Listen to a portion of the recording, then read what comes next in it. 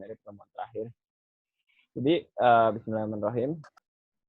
Bismillah, alhamdulillah, salatu wassalamu ala rasulillah, amma ba'd. Jadi kita lanjutkan bahasan kita yang tadi. Sampai mana ya tadi ya? Ada yang ingat tadi sampai mana?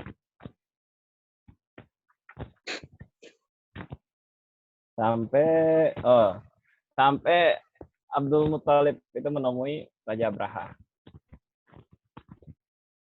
Jadi ketika Raja Abraha sampai di pinggiran kota Mekah tadi itu, dia itu menawan atau mengambil lah, merampas 200 ekor unta milik Abu Thalib. Nah, akhirnya begitu Abu Thalib datang, tadi yang saya ceritakan itu, Raja Abraha itu terpesona, bukan terpesona ya, kagum dengan wibawanya Abdul Muthalib. Nah, tapi begitu sehingga dia begitu menghormati, jadi sampai duduknya pun kalau raja ada singgasananya ya, itu Abraha itu sampai turun dari singgasananya, duduk di bawah bersama Abdul Muthalib. Akhirnya dia membicarakan lah tentang maksud kehadirannya. Abdul Muthalib itu, apa yang diminta Abdul Muthalib? Abdul Muthalib hanya meminta kembali 200 ekor untanya saja, tanpa meminta pasukannya pulang, tanpa bilang, oh akan kami lawan, enggak gitu. Jadi Raja Abraha di situ makin heran gitu. Loh, kamu pemimpin di sini, kamu tidak ingin melawan kami gitu. Ya kurang lebih seperti itulah kata-katanya. Oh enggak gitu. Karena saya di sini pemilik sah dari 200 onta yang kamu ambil, dan saya ingin merebutnya kembali. Adapun Baitullah Al-Haram itu ada pemiliknya, yaitu Tuhannya Nabi Ibrahim Khalilullah, Allah Subhanahu wa taala. Jadi walaupun masyarakat Mekah waktu itu syirik ya, banyak menyembah berhala gitu kan. Menyembah asnam, berhala-berhala, Lata, Uzza, Hubal, Manat, Naila, banyak lagi lah. Ada sekitar 360 berhala di keliling Ka'bah. Jadi dia itu tetap beriman kepada Allah, tapi Allah itu pencipta gitu. Jadi berhala-berhala itu dibuat jadi sekutu Allah. Tapi Allah nggak suka ya dijadikan sekutu dalam bentuk apapun. Pohon, manusia, berhala itu nggak boleh kita sekutukan. Itu hanya beribadah kepada Allah Subhanahu wa taala. Bahkan kepada nabinya kan, yang mana nabi bisa dianggap sebagai Tuhan, Allah pun nggak suka. Jadi Allah itu tidak mau memiliki partner, karena Allah Tuhan, Allah itu satu. Oke, lanjut. Jadi Abdul Muthalib bilang, ini ada Tuhannya akan menjaga, yaitu Tuhannya Ibrahim alaihi salam. Dan akhirnya diambillah untanya pulang. Dan Abdul Muthalib itu meminta untuk masyarakat Mekah itu tadi udah mau melawan masyarakat, tapi kata Abdul Muthalib lebih baik naik ke gunung, karena Abdul Muthalib tahu nggak bakalan menang lah kalau lawan yang bergajah. Akhirnya ketika ini masih di luar perbatasan, ketika ingin memasuki perbatasan kota Mekah, apa yang terjadi? Tadi gajah-gajah yang ditaiki oleh Abraha itu, yang dibawa oleh Abraha itu menderum gitu, kayak nggak mau jalan, cuma duduk gitu sampai di, kalau sekarang itu dia apa, dicucuk sampai kepalanya, badannya itu nggak mau bangun juga, nggak mau bangun. Akhirnya Abraha nih coba gajahnya itu diputar arah balik ke Yaman, diputar arah pulang. Apa yang terjadi? Gajahnya itu tadi langsung berdiri dan lari jalan pulang, mau gitu. Akhirnya diputar arah lagi, dibalik ke Ka'bah lagi, balik lagi seperti itu tadi, nggak mau bangun gitu. Nama gajahnya itu Mahmud ya, mungkin kalau kita sekarang kenalnya mamut gitu ya, gajah-gajah besar itu namanya Mahmud. Itu gajahnya Abraha. Nah, ya, Mahmud itu dalam bahasa Arab itu artinya dari fil hamidah ya, dari hamidah. Artinya yang terpuji. Yang terpuji. Mahmud. Yang terpuji. Atau yang baik. Nah, akhirnya ketika tadi lagi peristiwa itu dicoba dibelokin ke arah barat, arah timur itu mau gajahnya jalan, tapi ke arah Ka'bah itu nggak pernah mau. Emang ngerti foto kakak lo? Nah, di saat kejadian inilah baru Allah mengirim tentaranya, yaitu tentara burung ababil. Ababil itu burung apa? Burung yang berbondong atau berkelompok gitu. Burung yang berkelompok yang melemparkan batu-batu panas dari neraka gitu. Nah, coba di sini itu ada ayatnya ya dalam surat Al-Fil. Ada yang mau bacain surat Al-Fil? Ayo, siapa yang berani bacain?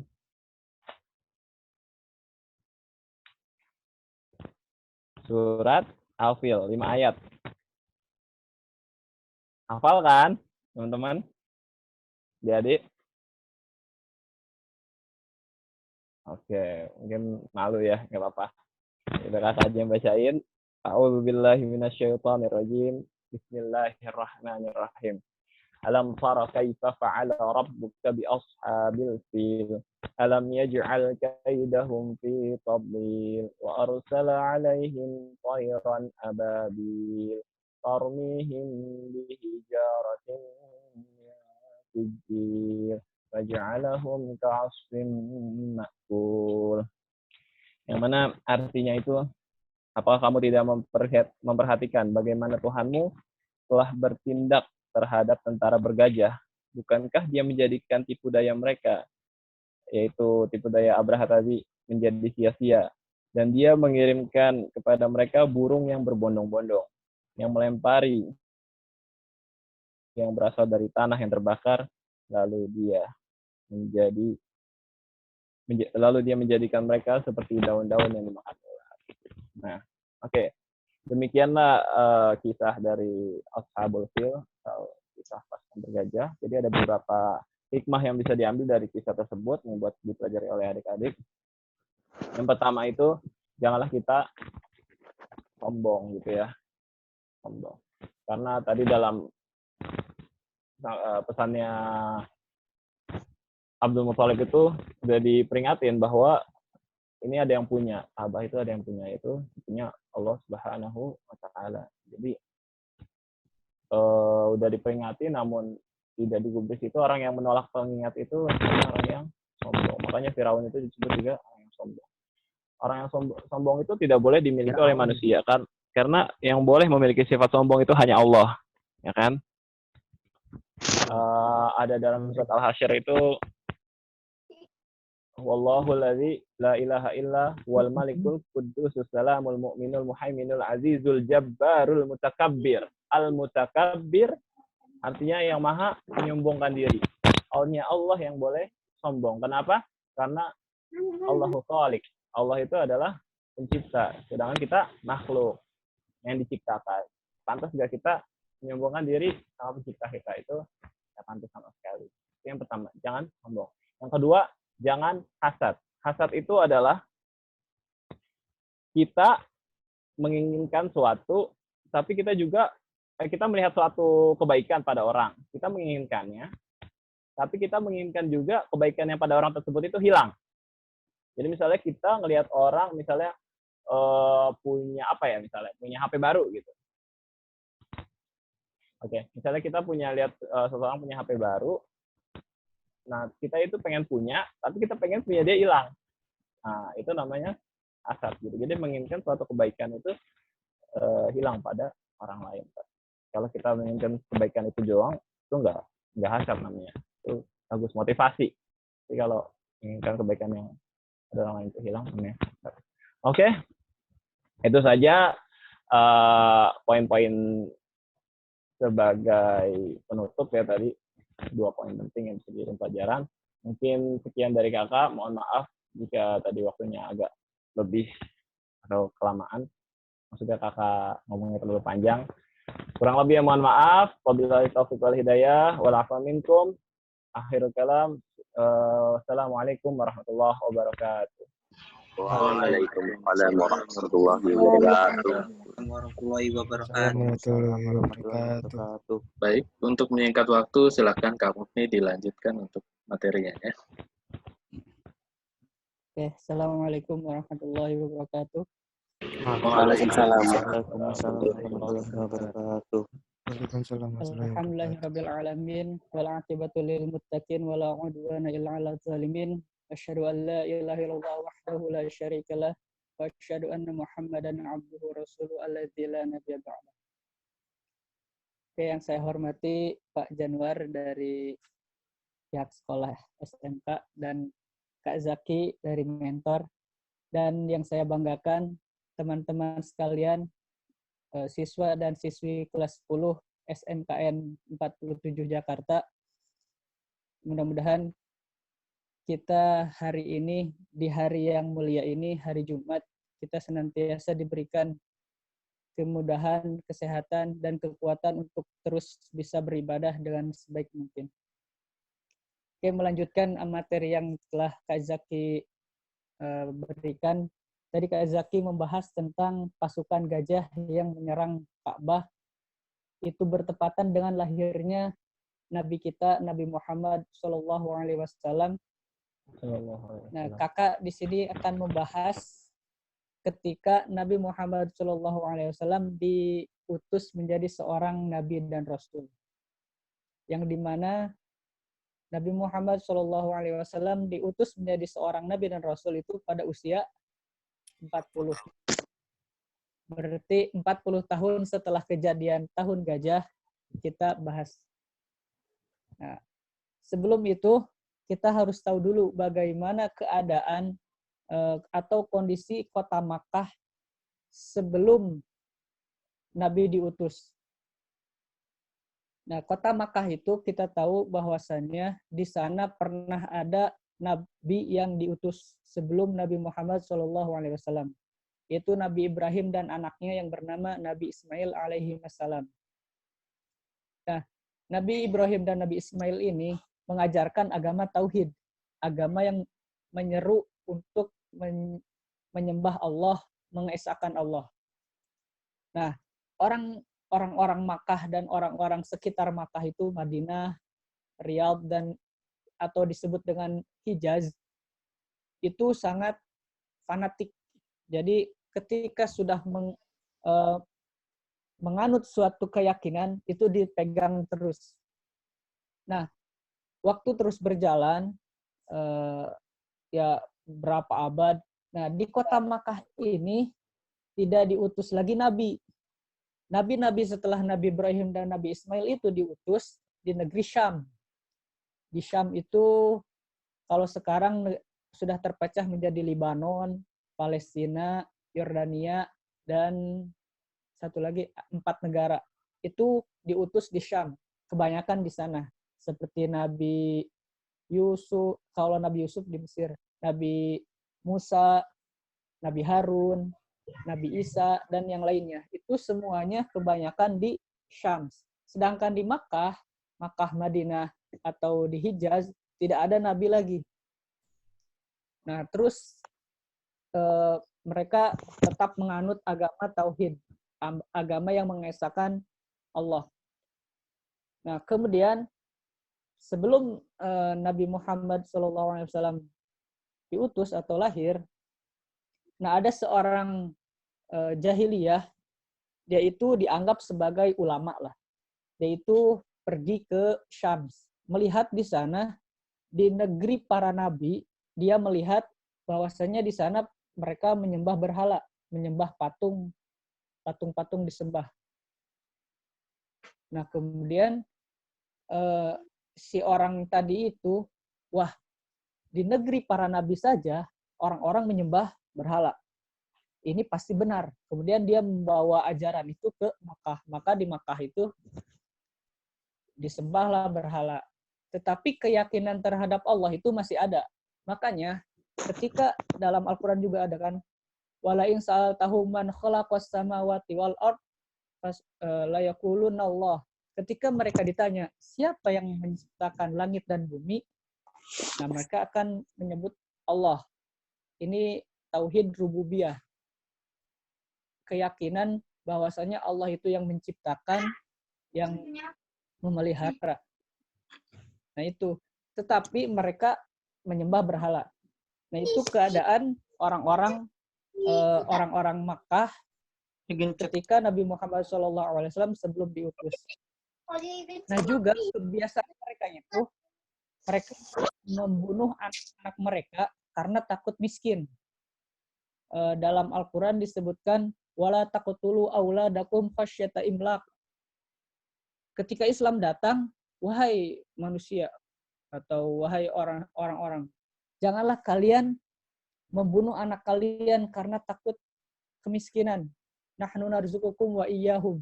Nahnu narzuquhum wa iyyakum. Ada 2 redaksi. Kami yang akan memberikan rizki kepada kalian dan mereka. Nah, kemudian juga orang-orang Arab ini, orang-orang Makkah ini, selain membunuh anak laki-lakinya karena takut miskin, mereka juga mengubur hidup-hidup anak perempuan mereka karena dianggapnya ketika dia melahirkan anak perempuan itu suatu aib. Aib lah. Malu kalau lahir anak perempuan, maka dikubur. Nah, salah satu sahabat Rasulullah SAW yang menjadi khalifah kedua itu Umar bin Khattab radhiyallahu an. Beliau pun pernah mengalami mengubur hidup-hidup anak perempuannya. Nah, itu kondisi di mana kondisi masyarakat Makkah ketika sebelum dan saat Rasulullah SAW diutus menjadi Nabi dan Rasul. Nah, Rasulullah SAW berdakwah Islam, mengajak orang-orang untuk menyembah Allah, mengangkat kalimat Allah, li'i'la'i kalimatillah, selama 23 tahun. Yang dimana 13 tahun yaitu di Makkah atau periode Makkah, dan 10 tahun di Madinah. Nah, dari 13 tahun ini, yang periode Makkah terbagi dua fase. Ada fase secara sembunyi-sembunyi atau dikenal dengan ad-da'watu sirron, dan yang kedua fase secara terang-terangan, ad-da'watu jahron. Nah, kita mulai dari fase yang sembunyi-sembunyi. Fase sembunyi-sembunyi ini lamanya selama 3 tahun. 3 tahun dari ketika awal Rasulullah SAW mendapatkan wahyu, berjalan 3 tahun secara sembunyi-sembunyi. Nah, ketika Rasulullah SAW diutus menjadi Nabi dan Rasul, ketika di Gua Hiro, kan turun 5 ayat pertama dari surat Al-Alaq. Nah, kemudian Rasulullah SAW ini pulang ke rumah, menemui istrinya. Kemudian turun lagi surat Al-Mudaththir. Ya ayyuhal mudaththir qum fa'anzir wa rabbaka fakabbir wa siyabaka fatahhir wa rujza fahjur wa la tamtastaksir wa li rabbika fasbir. Nah, ini perintah untuk dakwah secara sembunyi-sembunyi. Dakwah secara sembunyi-sembunyi ini mengajak kepada keluarga, sahabat, kerabat, kepada orang-orang terdekat saja, tidak kepada masyarakat umum. Kenapa? Nah, ada hikmah di balik dakwah pertama itu secara sembunyi-sembunyi, nggak langsung datang ke masjid atau kemana pakai mic kalau sekarang teriak-teriak, enggak. Kenapa? Ada hikmah di balik itu. Karena kita tahu orang Arab itu ketika sudah menganut suatu keyakinan, mereka itu akan pegang teguh, tidak goyah gitu, tidak menghilangkan ajaran-ajaran nenek moyang yang sudah turun-temurun dari dulu.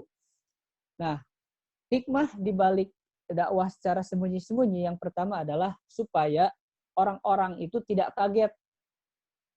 Agama yang Rasulullah SAW bawa itu agama yang mungkin kita tahu abstrak. kalau berhala, kita bisa lihat patung yang ada di situ yang disembah. Bisa dilihat, bisa dipegang. Tetapi Tuhan yang Rasulullah SAW bawa, yang ajarkan, bahwa kita harus menyembah Tuhan yang tidak terlihat, tidak bisa dipandang, dan tidak bisa didengar, ataupun oleh indera, oleh panca indera. Nah, agar orang-orang ini tidak kaget. Sebelumnya mereka tidak tahu kan, tidak pernah mendengar bahwasanya ada Tuhan seperti itu. Nah, itu yang pertama, agar tidak kaget. Kalau sudah gitu, ya pasti akan ditolak. Yang kedua, hikmah di balik dakwah secara sembunyi-sembunyi itu adalah agar barisan dakwah mendapatkan kader-kader yang siap membela. Jadi diajak dulu orang-orang yang memang benar-benar ingin berjuang mempertahankan Islam, mengangkat Islam li'ilai kalimatillah, untuk menyebarkan ajaran Allah ini. Ketika mereka sudah siap masuk Islam, maka ketika diekspos secara terang-terangan, mereka siap membela. Yang kemudian, yang ketiga, karena dakwah itu pada hakikatnya semampunya gitu. Ketika kita mampu secara sembunyi-sembunyi, maka secara sembunyi-sembunyi. Dan ketika saat Rasulullah SAW mendapatkan wahyu pun, Rasulullah kan ketakutan. Ketika diajarkan oleh malaikat Jibril 5 ayat yang tadi, Rasulullah ketakutan, badannya gemetar kan ketika pulang ke rumah juga. Nah, kemudian hikmah yang keempat, dakwah itu tidak tergesa-gesa, tidak secara tergesa-gesa, tapi secara optimis. Jadi kita mengajak dulu keluarga yang dekat-dekat. Ketika yang dekat kita sudah mau masuk Islam, kan kita jadi semangat gitu, jadi kuat. Beda dengan kita mengajak orang lain dulu, ketika diserang, kita tidak punya defense, tidak punya pembela. Dan juga yang terakhir, hikmahnya adalah menghindari perperangan. Ketika kita membawa sesuatu yang baru di suatu kelompok, kalau kelompok itu tahu kita beda, pasti akan diperangi. Nah, makanya dakwahnya secara sembunyi-sembunyi. Nah, itu dakwah secara sembunyi-sembunyi hikmahnya. Nah, ketika dakwah secara sembunyi-sembunyi ini, Rasulullah SAW mengajak kerabat-kerabat dan keluarga yang terdekat dulu. Nah, orang yang pertama yang masuk Islam itu adalah istrinya, istri beliau yang paling beliau cintai, yaitu Siti Khadijah radhiyallahu anha. Nah, ini istri idaman. Ketika suaminya mengatakan suatu kebenaran, mengajak kepada sesuatu yang baru dan itu benar, beliau langsung yakin bahwa itu adalah benar. Nah, ini Siti Khadijah wanita yang sangat luar biasa. Jadi orang yang pertama yang masuk Islam ketika dakwah secara sembunyi-sembunyi adalah Siti Khadijah radhiyallahu anha, istri Rasulullah SAW. Kemudian orang yang kemudian masuk Islam ketika diajak oleh Rasulullah SAW, yaitu teman beliau ketika semasa hidupnya. Sebelum diangkat sebagai nabi, Rasulullah berteman dekat dengan Abu Bakar. Karena Abu Bakar ini beda dari orang lain. Kalau orang lain itu suka menyembah berhala, mabuk-mabukan, bermain judi, dan lain sebagainya, Abu Bakar ini beda gitu. Nah, Rasulullah berteman dekat dengan Abu Bakar. Ketika Rasulullah SAW mengajak Abu Bakar dan mengajarkan ajaran Islam, agama yang baru, kalau kata orang Quraisynya, Abu Bakar langsung menerimanya. Maka Abu Bakar ini dinobatkan sebagai orang yang pertama yang masuk Islam dari kalangan laki-laki. Sedangkan Siti Khadijah, orang yang pertama masuk Islam dari kalangan perempuan. Nah, ada yang unik lagi, ada anak kecil yang usianya masih 10 tahun, dia ikut masuk Islam tanpa mikir-mikir gitu. Ini adalah Ali bin Abi Thalib, sepupu Rasulullah SAW, anak dari paman beliau, yaitu yang bernama Abu Thalib, Ali bin Abi Thalib. Nah, Ali juga menjadi orang yang pertama masuk Islam dari kalangan anak-anak. Jadi sudah 3 orang yang masuk Islam. Kemudian dari kalangan budak, dari hamba sahaya, yaitu Zaid bin Harithah. Zaid bin Harithah ini adalah budak milik Rasulullah SAW yang kemudian Rasulullah bebaskan dan nantinya diangkat menjadi seorang anak angkat. Zaid bin Harithah. Kemudian nah, Abu Bakar ikut menyebarkan agama Islam ini secara sembunyi-sembunyi. Beliau mengajak temannya yang bernama Utsman bin Affan radhiyallahu anhu yang nantinya menjadi khalifah yang ketiga. Kemudian juga ada Zubair bin Awam. Zubair bin Awam ini termasuk kepada orang-orang 10 orang yang pertama kali masuk Islam. Nah, orang-orang yang pertama masuk Islam ini, Zubair bin Awam itu 10 orang yang masuk surga duluan gitu. Ada Abu Bakar, Umar, Utsman, Ali, Zubair, Abdurrahman bin Auf, dan lainnya 10 orang. Nah, orang-orang yang pertama masuk Islam ini dikenal dengan as-sabiqunal awwalun. Orang-orang yang dahulu pertama masuk Islam. As-sabiqunal awwalun. Itu istilahnya. Nah, kemudian setelah 3 tahun berlalu, dakwah secara sembunyi-sembunyi, kekuatan sudah mulai ada, sudah banyak kadar Allah SAW untuk berdakwah secara terang-terangan. Fasda' bima tu'mar wa'rid 'anil musyrikin. Surat Al-Hijr ayat 94. Ini perintah kepada Rasulullah SAW untuk berdakwah secara terang-terangan. Maka ajarkanlah ajaran yang telah engkau dapat secara terang-terangan dan hindarilah orang-orang musyrik. Nah, kemudian ketika setelah mendapatkan wahyu tersebut, Rasulullah SAW kemudian naik ke Bukit Sofa. Bukit Sofa yang kalau sekarang tempat sa'i, Sofa ke Marwah. Nah, kemudian Rasulullah mengumpulkan orang-orang Makkah untuk berkumpul di bawah Bukit Sofa, dan kemudian Rasulullah SAW naik ke Bukit Sofa. Kemudian Rasulullah SAW menyeru gitu, wahai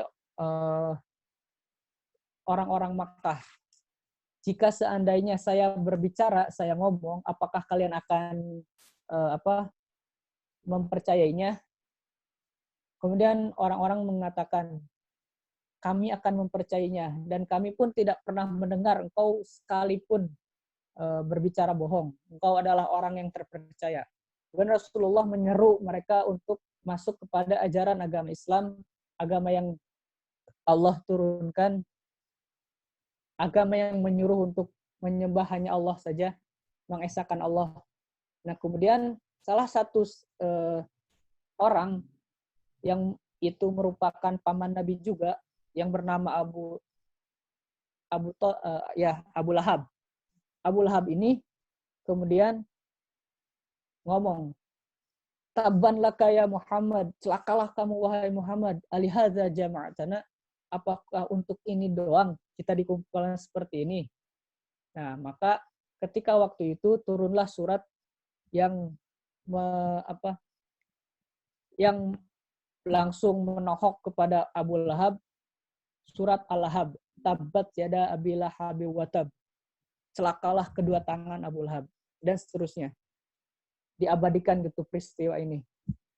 Nah, ini kemudian setelah itu orang-orang mulai tahu bahwasannya Nabi Muhammad SAW ini membawa agama yang beda dengan agama yang mereka anut, agama berhala.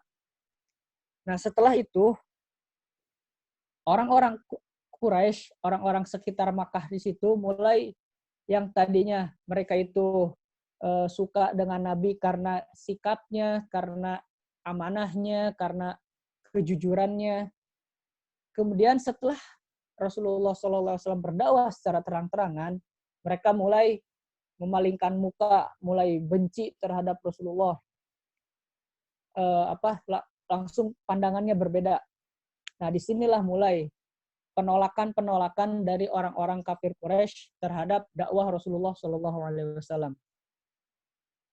Nah, kemudian orang-orang pembesar kafir Quraisy ini langsung datang menemui paman Nabi Muhammad SAW yang bernama Abu Thalib. Wahai Abu Thalib, laranglah keponakanmu untuk tidak menyebarkan agama baru dan jangan sampai menjelek-jelekan Tuhan kita, berhala kita, ini Tuhan nenek moyang kita. Itu yang pertama. Orang-orang kafir Quraisy datang kepada Abu Thalib. Kemudian Abu Thalib menolak. Sudah, biarkan. Saya tidak mau. Kemudian Rasulullah tetap berdakwah. Nah, kemudian orang-orang kafir Quraisy ini pembesar-pembesarnya seperti Abu Lahab, Abu Jahal, Abu Lahab, terus Uqbah bin Abi Mu'ayth, Al-Walid Al-Mughirah, dan yang lainnya geram. Ini kalau dibiarkan terus, bisa selesai nih agama berhala nih. Bisa tamat riwayatnya. Dan agama baru itu akan menang. Kemudian datang lagi yang kedua kalinya kepada Abu Lahab. Kepada Abu Thalib. Maaf. Kepada Abu Thalib, pada paman Rasulullah SAW. Wahai Abu Thalib, tolong hentikanlah dakwah keponakanmu itu. Nah, kemudian Abu Thalib kepada Nabi Muhammad, sudah, hentikanlah dakwahnya. Takut terhadap orang-orang Quraisy, takut disiksa atau di apa gitu. Kemudian Rasulullah SAW menjawab, tidak, saya akan tetap menyebarkan apa yang telah Allah perintahkan. Kemudian dakwah Rasulullah terus berjalan. Nah, kemudian orang-orang kafir Quraisy ini semakin geram nih. Waduh, gawat ini. Langsung datang ketiga kalinya kepada Abu Thalib. Wahai Abu Thalib, ini sebelum itu ada satu orang yang datang kepada Abu Thalib yang bernama Uqbah bin Abi Mu'ayth. Datang kepada Abu Thalib membawa seorang anak. Kemudian bawa seorang anak kepada Abu Thalib. Wahai Abu Thalib, ini ada seorang anak. Mari kita tukarkan dengan keponakanmu itu, Muhammad. Anak ini kau urus dan Muhammad akan aku bunuh. Kemudian Abu Thalib menolak. Tidak, masa saya anak ini saya asuh, kemudian Muhammad kau bunuh. Nah, itu strategi orang-orang kafir Quraisy untuk menghentikan dakwah Rasulullah kepada Abu Thalib. Dan yang ketiga kalinya, terakhir, orang-orang kafir Quraisy ini mendatangi langsung kepada Nabi Muhammad. Wahai Muhammad, coba engkau sembah dulu Tuhan kami dan kami sembah Tuhanmu. Jika engkau menemukan keistimewaan di Tuhan kami, maka tinggalkanlah Tuhanmu. Dan jika kami menemukan keistimewaan di Tuhanmu, maka kami akan meninggalkan menyembah Tuhan kami. Nah, itu turunlah surat Al-Kafirun. Kan ujungnya lakum dinukum waliyadin.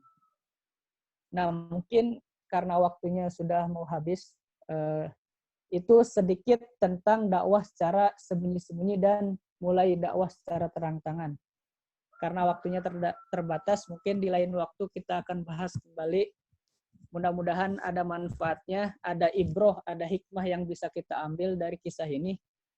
Kita tahu ini adalah kisah Nabi kita perlu tahu terhadap perjalanan hidup sirah Nabi kita, Nabi Muhammad SAW.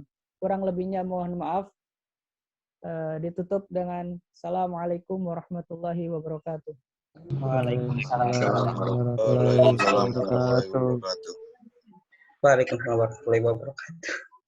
Ya, untuk menyingkat waktu karena tinggal 1 menit, silahkan ditutup berdoa. Kak Mukni.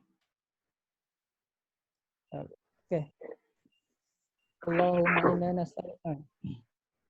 Allahumma shalli ala Muhammadin fil awwalina wal akhirin wa barik wa sallim wa radiyallahu tabaraka wa ta'ala an sayyidina ashabi rasulillah ajma'in. Amin amin ya rabbal alamin. Alhamdulillahi rabbil alamin. Hamdan syakirin, hamdan na'imin, hamdan yuafi ni'amahu wa yukafi mazidah. Ya Rabbana lakal hamdu kama yanbaghi li jalali wajhikal karim wa azim sultanik. Allahumma inna nas'aluka ilman nafi'an wa rizqan thayyiban wa amalan mutaqabbala wa shifaa'an min kulli da'. Allahumma inni ala dzikrika wa syukrika wa husni ibadatik. Allahumma inni ala dzikrika wa syukrika wa husni ibadatik. Rabbana hab lana min azwajina wa dzurriyyatina qurrata a'yun